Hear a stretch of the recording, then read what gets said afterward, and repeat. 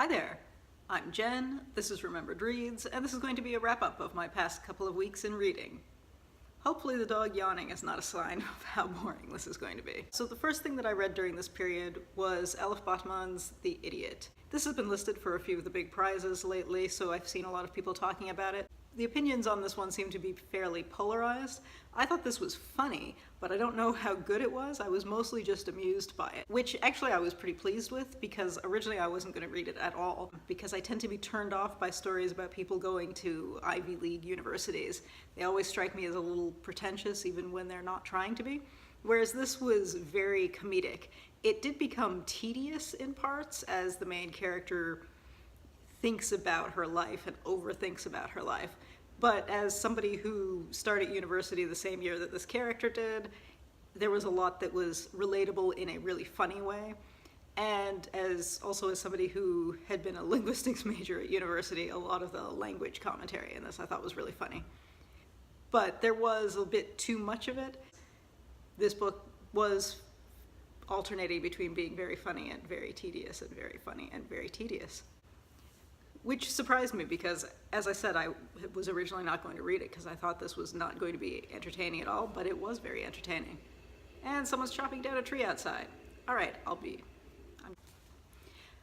okay, I think they're done with the tree for now. So the next book that I picked up was a comedian memoir, and that was If at Birth You Don't Succeed by Zach Anner. Zach Anner is one of the writers on the sitcom Speechless, and used to have a travel show on the Oprah network, and in between has had a YouTube comedy channel and a number of other things. I had wanted to pick up the audiobook of this because, as I often say, when it comes to comedian memoirs, I would rather listen to them read it themselves, but my library didn't have it, but they did have this, so I read it. I think this probably would have been funnier with his narration because then you get more of the sense of pacing. This, as it was amusing. They're back with the tree, okay, pause. Still, even though the flow didn't necessarily go as well as I would have liked, I did think this was still a really interesting read, both because, since it was amusing, I don't know what the dog's doing now.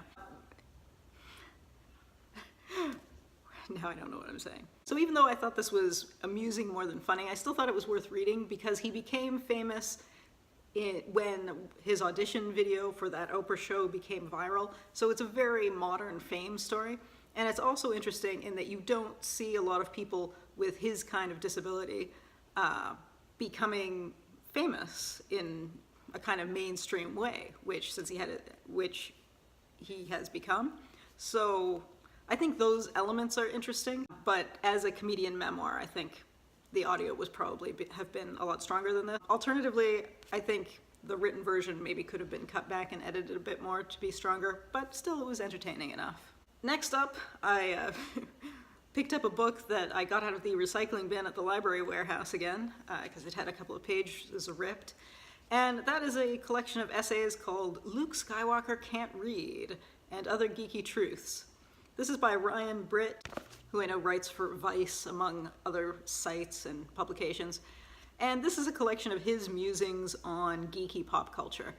The essay that the title comes from is one where he comments on how often reading is portrayed as a pleasurable activity in Star Wars versus Star Trek, where he makes the point that in Star Wars, you virtually never see anyone reading for fun. I was reasonably entertained by this because he was primarily talking about properties that I was aware of. Reading the reviews of this were kind of hilarious because I saw some people who said they docked it a star for such random things as the fact that he said he wasn't a fan of Firefly. So I found this entertaining, but I can't say that it's particularly memorable because I did read this a week ago and I now have trouble remembering much else of what was in here aside from the reading in Star Wars versus Star Trek, which I did think was interesting. I know there's actually, now that I think of it, let me see if I can remember what was in here. There were also essays about Doctor Who and Back to the Future. So if any of that sounds interesting, it might be worth taking a look at. And if any of that sounds uninteresting, yeah, avoid this because it's definitely a kind of preaching to people who are already in more or less the same relationship with those fan properties, I suppose is the best way to put that. So I was entertained, but it's not actually deeper than the average blog post on that kind of topic. As you can probably tell by some of these choices, I was reading lighter and fluffier books over the past couple of weeks because I've had a lot of stress going on. We're selling houses and a lot of paperwork and legal stuff is going on. So I'm sticking to light stuff. So the next thing that I read was The Beginning of Everything by Robyn Schneider. This is basically a young adult teenage romance of sorts, although it's not quite the standard. The main character in this is a teenage boy who is run over by a car and loses the flexion in one of his knees, so he can't play tennis anymore, and that's been his whole identity. So he goes and rejoins his friends among the cool nerds instead of the jocks, and meets up with a manic pixie dream girl and joins the debate team, and adventures ensue. Now, this book does two things that normally I really dislike. One is that it has this manic pixie dream girl character, but I felt like that cliche fit better with the specific sort of cool nerd friends that he had. So it didn't stand out, and it wasn't nearly as irritating as it usually is. The other thing that I thought was a little irritating, this was written fairly recently, and the main character goes on at great length about how upset he is that not just that he can't play tennis, but that he can't play sports. And I think there was a certain time where, especially when you see books that were written in the 70s through the early 90s, where you would have a character in a book of this type, and if they acquired a disability, they would be depressed about it because they had these negative ideas of what that meant. And more recently, I've seen books where the characters Google this, and I think one of the best examples recently was called The Running Dream, where the girl loses her leg and she's a runner and she Googles it and goes, yeah, I can still run, I just need this prosthetic, because obviously you can find that online. And this character doesn't do that, and he has basically the identical disability that one of the top two para-Nordic skiers and biathletes has, a French athlete who just won a bunch of medals at the Paralympics back in March. So I felt like a modern character would have Googled that and realized that he could still play sports. So that annoyed me a little. But considering that those two things that would normally irritate me were in there, I thought this was overall pretty charming. The final 10th of the book sort of goes off the rails. It's supposed to be a big reveal, but that was actually fairly predictable early on. But I think in a book of that genre, you don't necessarily go in with the expectations that they're going to do new and exciting things, and I thought the cliches that they used were not as bad as they could have been. So I was actually reasonably entertained by that, even though I think it was flawed on a couple of levels. After that, I read The Trade of a Comic, and that was Moonstruck by Grace Ellis and Shae Beagle. This is a very pastel-colored urban fantasy type story about a werewolf barista and her werewolf girlfriend and their centaur friend who is cursed, more or less. It has a really cute art style that I thought was adorable. You've got a variety of mystical and fantasy characters running around.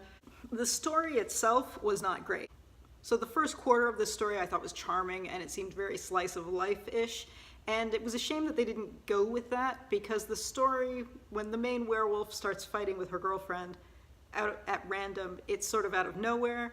She also seems to have issues with being a werewolf that don't necessarily make sense given the universe that we see, where almost everybody is some kind of mystical creature. So as it went on, I thought it was a bit weaker and weaker, but the art is adorable, and it's definitely worth it for the art. I also thought the age was maybe a little funny, because it almost feels like this could be a middle grade story, but the language in a couple of places is a little harsher. So that surprised me, because it felt like they could have taken one or two words out, and this would be something you could comfortably give a reasonably mature 8-year-old. And because of those one or two, I feel like maybe it's more of a book for 12 and up, maybe. In any case, the art was great. And finally, I read something that wasn't light and fluffy, and I read Ta-Nehisi Coates's essay collection, We Were 8 Years in Power, An American Tragedy. This is a collection of 8 essays that he wrote for The Atlantic, One is from each year that Barack Obama was president of the United States, and each essay has a lead-in essay that reflects on ways in which he's changed his opinion on the things he wrote in those articles, ways in which he's become more cynical about American life in general or culture in general sometimes. A couple of times they're about changes that he would have made to the essays if he had rewritten them. He has some comments in, I think probably the best known of these, I think, was the case for reparations. And in the one before that, he says that he would have written the section that touched on Israel at the end, that he would have changed the way that was written, which I thought was interesting to read about. So a lot of the essays I had seen before, because I think a lot of people were linking to them on the Atlantic's website. And obviously, if you regularly read the Atlantic, you've probably read all of these.